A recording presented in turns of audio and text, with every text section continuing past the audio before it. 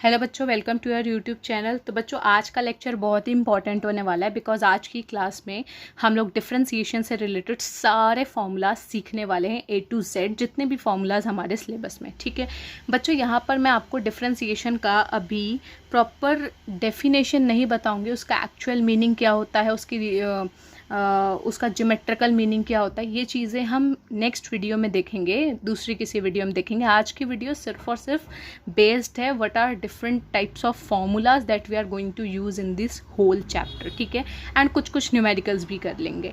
ठीक है, तो let's start with all the formulas of differentiation. तो बच्चों, फॉर्मूला नंबर 1, सबसे पहली चीज़ तो आपको सबको मालूम होना चाहिए कि डिफरेंशिएशन को लिखते कैसे हैं। देखो, अगर आपके सामने में लिखा है दैट dy/dx, ये इसको रीड कैसे करते हैं? Ma'am, this is differentiation of y with respect to x। इसको रीड करना बहुत इंपॉर्टेंट है बच्चों। What it is written, differentiation of y with respect to x। इसी को आपको मालूम है, बहुत सारी बुक्स में y' भी लिखा जाता है, y'। कई सारी बुक्स में क्या, आपकी खुद की एनसीईआरटी में ही इसको डिफरेंशिएशन को दिखाने का तरीका y1 भी है, y सबस्क्रिप्ट में 1 लिख देंगे। तो these are all the ways to represent are derivative of a function. ठीक है, तो बच्चों हम लोग शुरुआत करते हैं अपने फॉर्मूलाज की। तो फॉर्मूला नंबर 1 बच्चों, अगेन मैं x के रिस्पेक्ट में डेरिवेटिव कर रही हूँ। मेरे पास लेट से फंक्शन है x की पावर n। बच्चों, मैं x की पावर n का डिफरेंशिएशन करना चाहती हूँ विद रिस्पेक्ट टू x का। तो इसका फॉर्मूला होता है, ये जो पावर है ना बच्चों, पावर वो आगे आ जाती है एंड x की पावर पहले n थी, अब ये पावर 1 कम हो जाती है, x की पावर n-1 हो जाता है, राइट। जैसे कि मैम फॉर एग्जांपल, जैसे कि बच्चों देखो, अगर x की पावर 5 है और आप इसको x के रिस्पेक्ट में ही डेरिवेटिव कर रहे हो इसका, तो आपको मैंने क्या बोला, जो भी पावर है वो आगे आ जाएगी और ये हो जाएगा x की power 5-1 that is 4। Understood? Now third formula की तरफ चलते हैं। मैम, थर्ड फॉर्मूला कौन सा है बच्चों? थर्ड फॉर्मूला है हमारा derivative of cos x with respect to x। तो ये होता है बच्चों माइनस का sin x। The fourth formula is derivative of sin x with respect to x, ये होता है cos x। Fifth formula derivative of tan x with respect to x। Derivative of tan x with respect to x क्या होता है बच्चों? This is sec square x। Now sixth formula derivative of sec x। बच्चों, sec x का derivative क्या होता है? Ma'am, sec x का डेरिवेटिव होता है sec x इंटू में tan x। Now the seventh formula is derivative of cosec x। ये क्या होता है बच्चों cosec x का? It is minus cosec x into में cot x। Now eighth formula बच्चों देखते हैं फटाफट से, डेरिवेटिव ऑफ cot x, ये होता है बच्चों माइनस cosec स्क्वायर x।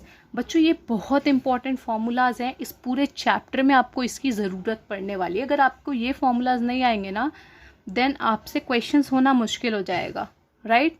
तो ये बहुत सिंपल है बच्चों। एक बात नोटिस करने की है, देखो जहाँ जहाँ मैंने c से स्टार्ट होने वाले फंक्शंस का डेरिवेटिव किया है ना, वहाँ सब में नेगेटिव साइन आया है, राइट। ये नोटिस करने वाली चीज़ है। तो जैसे ही इसके, अगर आपसे कोई भी पूछता है कि भाई डिफरेंशिएशन ऑफ cos x बताओ, देखो cos x starts with c, तो वहाँ पे एक नेगेटिव, आपको नेगेटिव एडवांस में लगा करके चलना है वहाँ पे। फिर माइनस का sin x, आपसे किसी ने पूछा डेरिवेटिव ऑफ cosec x बताओ, आपको नेगेटिव सबसे पहले वहाँ लगाना है और फिर बोलना है माइनस cosec x इंटू में cot x। ठीक है बच्चों, चलो चलते हैं अपने फॉर्मूला नंबर 9 की तरफ, that is derivative of e to the power x। बच्चों, अगर e to the power x, इसको बच्चों ये एक एक्सपोनेंशियल फंक्शन है।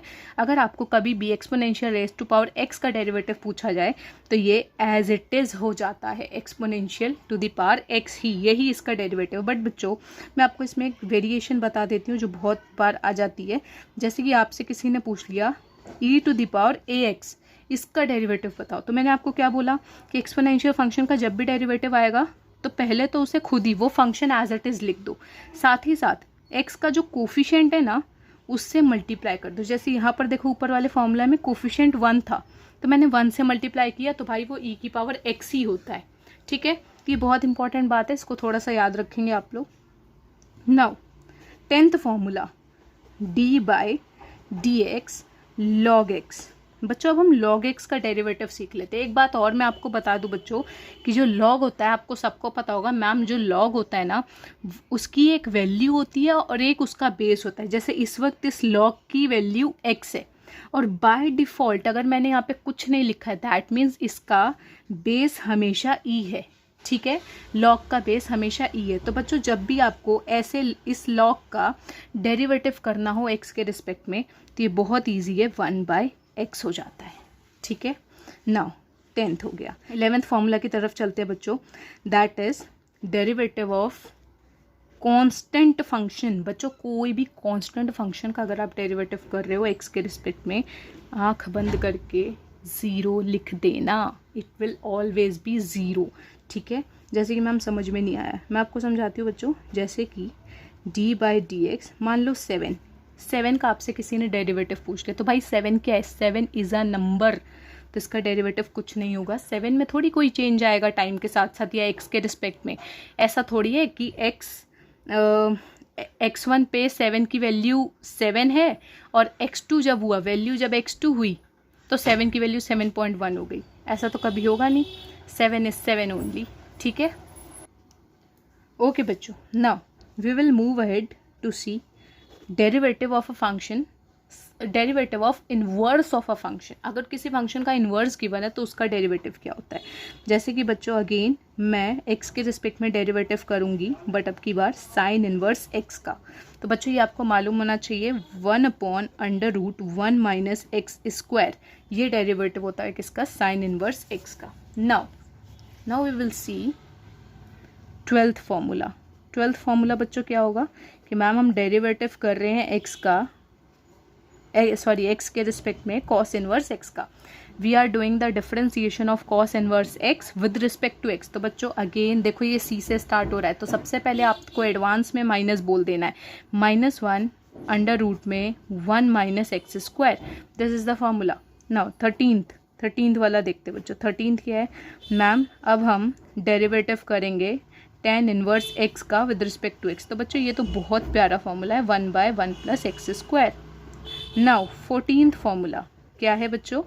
Derivative of cot inverse x with respect to x। अब देखो फिर से c से स्टार्ट हो रहा है, तो मैम बिल्कुल -1 ऑलरेडी आ जाएगा, 1/1 + x²। समझ में आ रही है आपको बात? गुड। 15th डेरिवेटिव ऑफ किसका डेरिवेटिव बच्चों? Yes you are right, cosec inverse x का। बच्चों cosec इन्वर्स x अगर आ गया तो इसका क्या डेरिवेटिव होगा? अगेन मैम c से स्टार्ट हो रहा है, तो -1 तो पहले खुद से लगा लो, mod x √ बच्चों ये देखो ये वाला 1 - x² था ना, तो ये x² -1 हो जाता है, बस यही डिफरेंस है। 16th formula derivative of exactly sec inverse x, because यही बच गया है, तो इसका होता है बच्चों 1/mod x √ x² -1।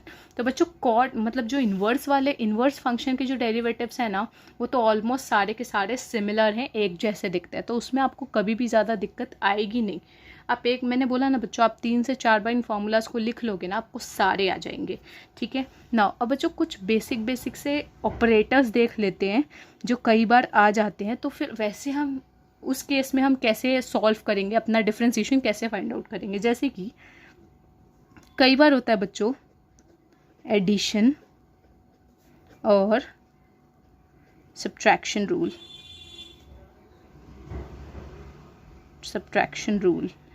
ठीक है मैम, ये एडिशन और सब्ट्रैक्शन रूल क्या है? देखो बच्चों, मान लो आपको डेरिवेटिव करना है, ठीक है बच्चों, तो एडिशन और सब्ट्रैक्शन, देखो जैसे यहाँ पे प्लस है ना, यहाँ पे माइनस भी हो सकता है, तो इस केस में पता है क्या करना है? कुछ नहीं करना, अलग अलग कर देंगे मैम। du/dx प्लस होगा तो प्लस, माइनस होगा तो माइनस, dv/dx। कुछ नहीं किया, देखो अलग अलग कर दिया। जैसे कि एग्जाम्पल के तौर पे एक देख लेते हैं। अगर मान लो मुझे ऐसा कुछ फंक्शन आ गया x + sin x, इसका मुझे डेरिवेटिव करना है। बच्चों कैसे करेंगे? बहुत आसान है, अलग अलग कर दो, dx/dx plus d of sin x with respect to x। तो बच्चों आपको सबको पता है इसका कैसे करेंगे। देखो मैंने बताया था जो भी पावर है वो आगे आ जाएगी। देन मैम x की पावर 1 तो ऑलरेडी थी, -1, प्लस साइन एक्स का डेरिवेटिव सबको पता है कॉस एक्स होता है बच्चों। एक्स की पावर 0, किसी भी चीज़ की पावर अगर 0 हो जाए तो वो हमेशा 1 हो जाता है, राइट। तो मेरा फाइनल आंसर आ चुका है 1 प्लस कॉस एक्स। ठीक है, समझ में आ गई बात। माइनस होता तो ऑफकोर्स मैंने माइनस यूज़ कर लिया होता। Now 18th formula. 18th formula क्या है? 18th फॉर्मूला इज बच्चों मल्टीप्लिकेशन, या फिर प्रोडक्ट रूल भी बोला जाता है इसे। ठीक है, प्रोडक्ट रूल भी हम इसे कहते हैं। तो ये क्या होता है? ये होता है कि अगर आपके पास कोई दो फंक्शन है जो कि जो कि मल्टीप्लाई हो रहे हैं, ध्यान रहे u और v अगेन कांस्टेंट नहीं है, u and v are itself function of x। तो उस केस में क्या करते हैं बच्चों? एक को कांस्टेंट रखते हैं, दूसरे का डेरिवेटिव करते हैं। जैसे कि मैं v को कांस्टेंट रख रही हूँ, v को कांस्टेंट, तो u का डेरिवेटिव करते हैं। प्लस अब की बार बच्चों देखो v को कांस्टेंट रखा था, u को कांस्टेंट रखेंगे, v का डेरिवेटिव कर देंगे। बहुत सिंपल है। ठीक है, इसके ऊपर एक एग्जाम्पल देख लेते हैं। जैसे कि d/dx, वही x sin x वाला ही ले लेते हैं। देखो पहले प्लस लिया था मैंने, अब की बार प्रोडक्ट में ले लिया दोनों को। क्या करेंगे मैम? sin x को कांस्टेंट रखो एंड पहले वाले फंक्शन का डेरिवेटिव करो dx/dx, फिर बीच में प्लस का साइन। अब की बार देखो sin x को कांस्टेंट रखा था, अब की बार x को कांस्टेंट रखेंगे और sin x का डेरिवेटिव करेंगे। तो फाइनल आंसर क्या आ चुका है? sin x तो एज इट इज़ था, dx/dx पहले ऊपर भी बताया मैंने 1 होता है, ये आपको पता भी होना चाहिए। जब भी आपको ऐसा दिखे ना कि ऊपर जो लिखा है वही नीचे लिखा है, तो वो उसका डेरिवेटिव हमेशा 1 होता है। ठीक है, plus x as it is रखा है, sin x का सबको पता है cos x होता है। आप लोग देख सकते हो आंसर बिल्कुल बदल चुका है। क्यों बदला है आंसर? क्योंकि यहाँ पर आप लोगों ने प्रोडक्ट रूल लगाया है और ऊपर सिंपल एडिशन में थे वो लोग, तो इसलिए आंसर चेंज हो गए। नाउ 19th फॉर्मूला होता है बच्चों, 19th फॉर्मूला होता है क्वोशिएंट रूल। क्या होता है मैम? क्वोशिएंट रूल होता है। क्वोशिएंट रूल ये बहुत इंपॉर्टेंट फॉर्मूला है और इसमें गलती की इतने चांसेस है ना, मैं बता नहीं सकती आप लोगों को। तो बच्चों ये फॉर्मूला बहुत ध्यान से, बहुत पेशेंस के साथ समझिएगा। क्या है ये मैम? यहाँ पर भी हम डेरिवेटिव तो x के रिस्पेक्ट में ही करते हैं, बट यहाँ पर जो फंक्शन है ना u और v, अब वो एक दूसरे के मतलब डिवीज़न में आ जाते हैं, u/v। तो पता है बच्चों यहाँ पे क्या करते हैं? हमेशा सेकंड वाले फंक्शन को कांस्टेंट रखा जाता है, u का डेरिवेटिव किया जाता है, बीच में माइनस का साइन। यस, बीच में माइनस का साइन ध्यान रखना है।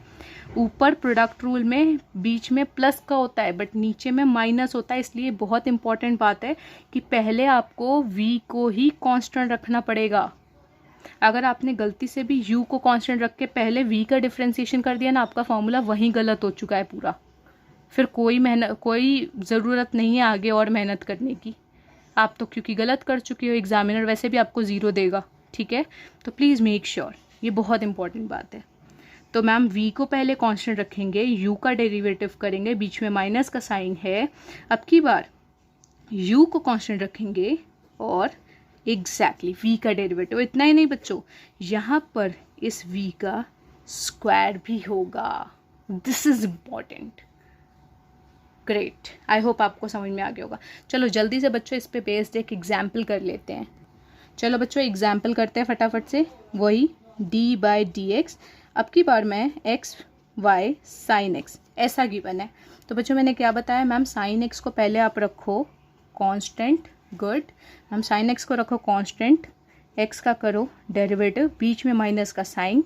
अब मैम x को रखो कांस्टेंट, sin x का करो डेरिवेटिव, और इतना ही नहीं, डिनोमिनेटर में बच्चों कौन है? sin x, तो sin x का होल स्क्वायर। मुझे बता दो क्या आ रहा है final answer? Ma'am it is sin x dx/dx is 1 minus x, sin x का बच्चों डेरिवेटिव होता है cos x डिवाइडेड बाय। अच्छा बच्चों इसको आप लोग ऐसे भी लिख सकते हो, ये बहुत इंपॉर्टेंट बात है कि sin x का होल स्क्वायर लिखूं चाहे sin स्क्वायर x लिखूं, दोनों एक ही बातें हैं। आई होप आपको बच्चों सारे फॉर्मूलाज की क्लैरिटी मिल गई होगी। आप लोग सोच रहे हो कि मैम सबसे इंपॉर्टेंट वाला तो बताओ जिसके लिए हम वीडियो को देखने के लिए बैठे हैं, दैट इज चेन रूल।